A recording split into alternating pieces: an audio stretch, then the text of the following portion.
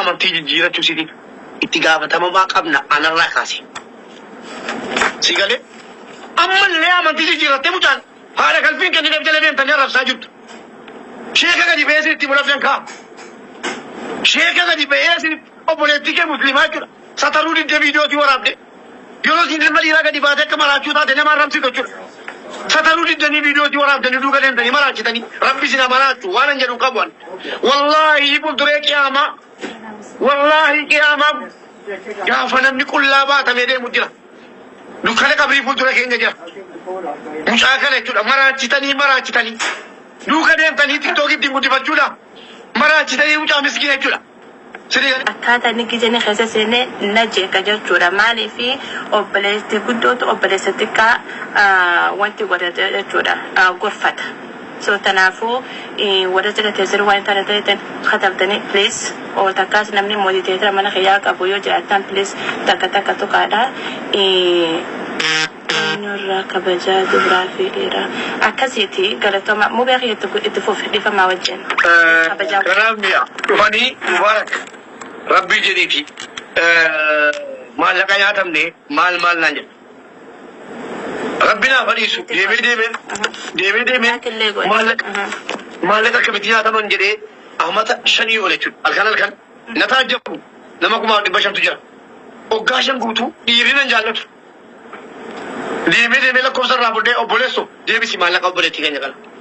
Fuuchuudhaan walii galtee turte maallaqa irraa nyaattee ta'a muudii kana nan beeka miidiyaa irratti wal hin baafnu jedhee yoo xiqqaate birrii miiliyoona tokko ol deebisiiseera yoo barbaade ragaadhaa waliin si deessu nan laachoo waraqaadhaa waliin si galee wallaahi summa wallaahi mi'a yeroo jirri kaardii baasee dabalaan yoo inni waatsaappii irra naasee nuti kaardii baasee bilbilee kottu obboleessu ati obboleessa kooti isinis obboleetti koo jedhe dalagaa taasifadhee jechuudha walirraa eegaa ture. Sambooda dubbiin jabaatte jennaan saaxiluun eegale. Yuutuubii irratti, feesbuukii irratti saaxiluu eegale. Erga saaxilee xiqqoo sii tasgabbaa'e maal godhani? Viidiyoo mesenjeraa walii dawwalanii dhiifa manaa godhi. Waan hin taane waraabanii maqaa saba kanaallee xureessanii maqaa abbaa fi haadha jalaallee xureessanii dubartii meeqatu fooqii irraa kuftee lakkaa'uu hin danda'a. Viidiyoo waraabanii mesenjeraan nuunaa see viidiyoodhaan rakkoon qabu uffata ofirraa baasii mi'aa gosa dubbachuun natti ulfaata waan ta'eef dhiisi. Waan meeqatti hojjetanii wallaahi kan of hojjeessuudha. Of hojjeessuufanii yoon du'e viidiyoo kana ilaali kunoo isa tuna waraabe isa tuna gadhiise yoon du'e itti gaafatamaan koo isatti kana maanana bira kaatte jettu. Deemee viidiyoon lamu akka waraabamni godhee ijoollee shamarranii gorsee yoo isinitti jabaattee dubbiin viidiyoo qullaa dhiiraa waliin haasa'uun dirqama taate atilleen akkasitti viidiyoo waraabadhu kaa'eefin bari akka nan barsiise akkasitti waraabadhu. Atis qullaa taa'ee jedhiin yoo suusii yaani bakka dirqama taate viidiyoon innis qullaasaa atis qullaa kee malee obaa kee ofiin kenniin dubartiin gorsee kunoo kijiba yoo jedhan dubbachuu danda'u jechuudha. Hundinuu warruma feesbuukii irraa dhufe gorsi tolee jedhamee xiqqoosii kunoo na taasisamu eenyu irratti ijoollee shamarran eenyu irratti dalagaa ture waan kana. Waa meeqa isinii godhe miti sana booddee viidiyoon maxxanfameera erga gurbattii suudii liffaa caamii viidiyoo nama 17 qabattee jechuudha gara birrii 700 nyaatte nama tokkodha. Video asisi waraba.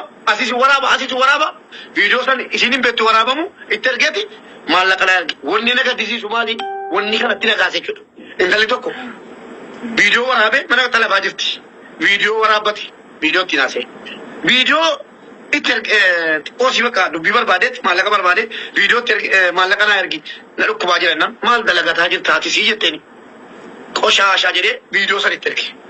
Yoo 200 amma akkaawuntii kana rangalchine.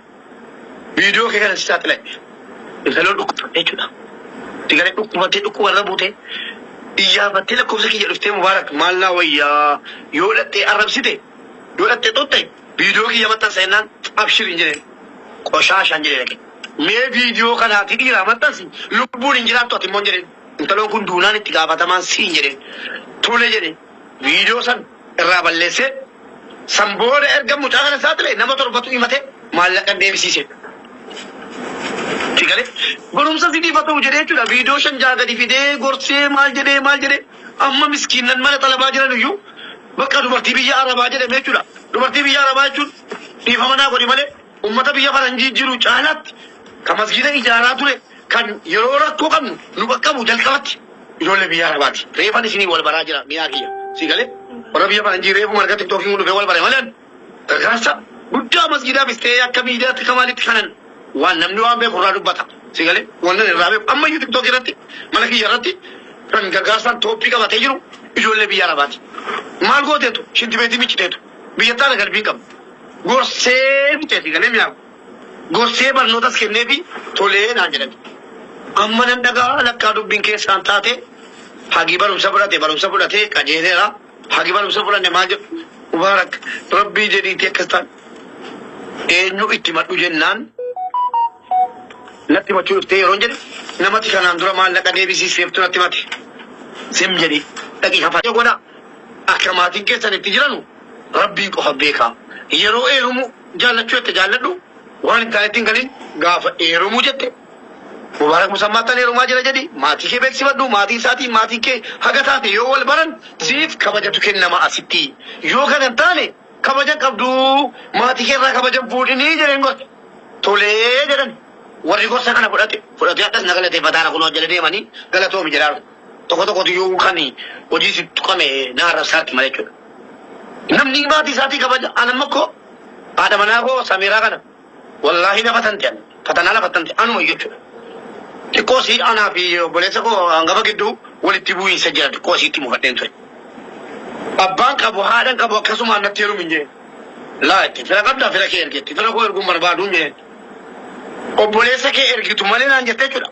Si galee namtichi fadhaani cimtuudhaan inumaayyuu nan jaalladhe. Si galee maatiin keetiin maatiin koo wal arguu qabu yeroo isin jettu inumaayyuu nan jaalladhe dhugaan si itti bashamarran dhaggeeffadhaa. Haddatu Samiraa asitti miidhee ani iyyuu nama miidhaati isinuu nan dhiiftanu deebi'ee immoo maatiin siitiin maatiin koo wal beeku waan ta'eef na sodaadha. Yoo nama ajaa akkamii ta'e maatii kootiif nageenyaan barbaada waan ta'eef na sodaadhaan intala kana miidhuu hin danda'u jechuudha. Sini galee yoo illee xiqqaate gaafa hiikuu barbaadu hello intalli keessan naan taane dee kabajaa taasee hiika malee akka qalliitti bakkeedhaan gadhee bakkeetti hin gatu. Aadaa maatii keessa itti kabaja horaa jechuun inni eenyatti fakkaata jechuudha. Akkasitti mi'a kiyya nu salphisanii amma immoo intala tokko Roozii jennaan Rooziin kun dhufte.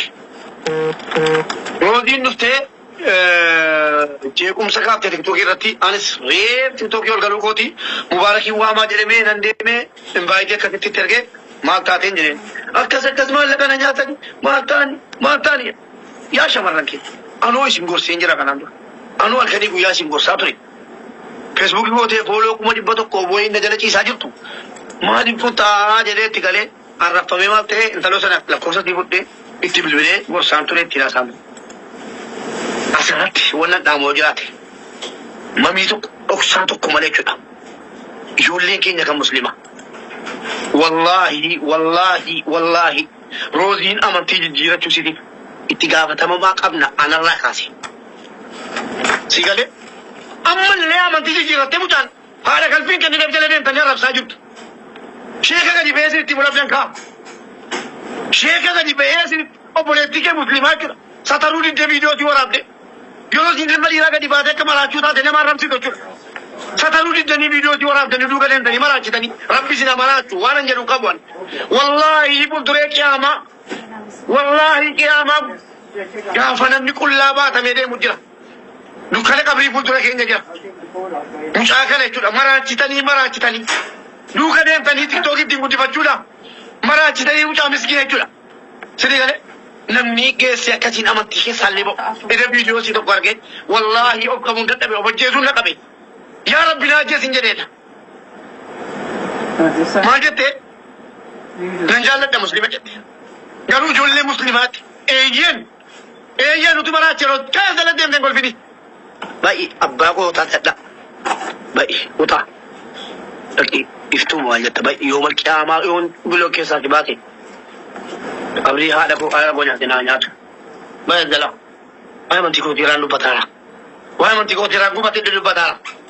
Attaan tuqeen kana booddee Roozii. Tokkoon kee Roozii attaan tuqeen. Rooziin amantii jijjiiratteetti. Taqabbalii biraa afi. Biraa deebii gahaa. Inni si barbaadanis kana. Sinii galee. Inni si barbaadanis mucaa amantii jijjiirti. Akka namni of jibbu gochuumoo. Akka namni of jibbee dhaqee amantii keessaa boqochuu moo maqaa islaamaa baanneemo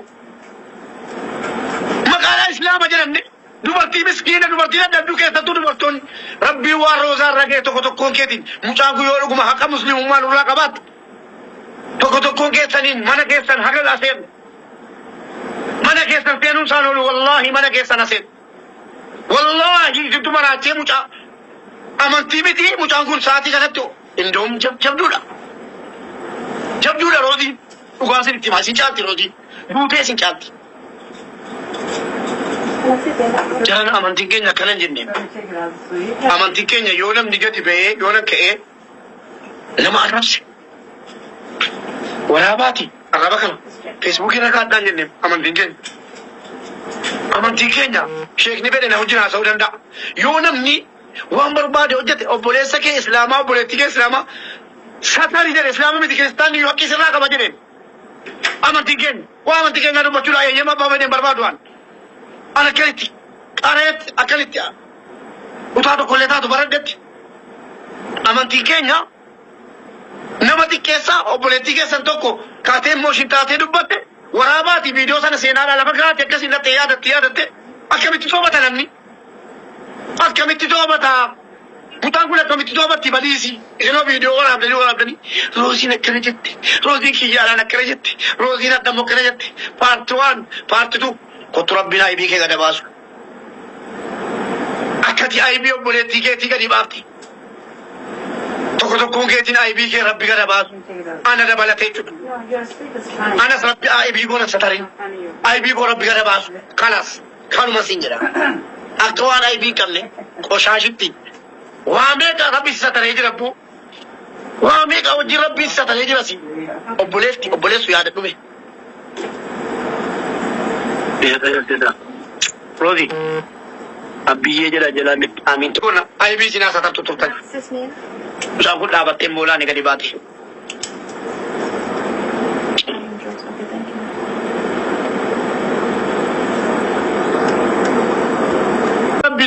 Ya Rabbi ana dabala tenun nisin. Baga tina mantiges na baga temat baka. Objib bisib tanya jura. Koda kamna, isam mo jana dem tanya rasu tu amas. Kena dia tanya dalam situ. Ia gua Rabbi jumpe ofi kan leke jumpe baik jam. Ia lawan Rabbi tu kan. Ia gua Rabbi ofi sati kan leke ofi mo jumpe jam. Kam video mu jangan awal abe. Kalau kau syasha, kalau mali jadi matan. Jazani na phone dafu. Mana? Okay. Nampu buat ni. Hundi ulamas, hundi sheekotaas waan kana dhagaa dhaluma jettan hundi kennayyuu rabbi munduratti wanti rabbiin caalu hin jiru asitti wal kabajni malee abalu jedhu kabajan sidii qaba hundi keenya rabbiin munduratti itti gaafatamuu irratti qooda qabna maatii qofaa miti maatiin diinii barsiisuu jabeessuu irratti qooda qaba lakkibbo mucaan kun kan hunduu hin gaarii jettu kanaafi jabaadhaa maraachaa biraa deebi'a eenyuun dhiiftanisi media kana eenyu maraachuu yaaltanii dhiiftan ana dhiiftanitu ani ergama rabbiiti miti ilma namaati duutanitu namni deemanii gurraan sinii kennuu dide achumaan dhiiftanii deebitan obboleessa koo obboleettii koo lalli haatiif abbaan rabbi keessa hin jirre yoomiyyuu bakka hin ga'u. Thank you. Kanaaf obboleettii koo waan sirra koo hin beektu rabbii sodaadhu ittaqillaa. Rabbi sodaadhu fuuldura qabrii gaafa qabrii baatamtee qabrii keessa geeffamtee jette haati keessi wajjin hin deemtu abbaan keessi wajjin hin deemu rabbii sodaadhaa fi mucaan amantii jijjiirattee jirti rabbii sodaadhaa viidiyoo waraabni hundi keenya iyyuu ofirraa kaabu viidiyoo siin amantii jijjiirtes haa ta'u amantiin keenya nama rabsaan jenne rasuulli keenya alayhi salaatu wasalaam nama rabsanii miti kan isaan amantii qabsiisan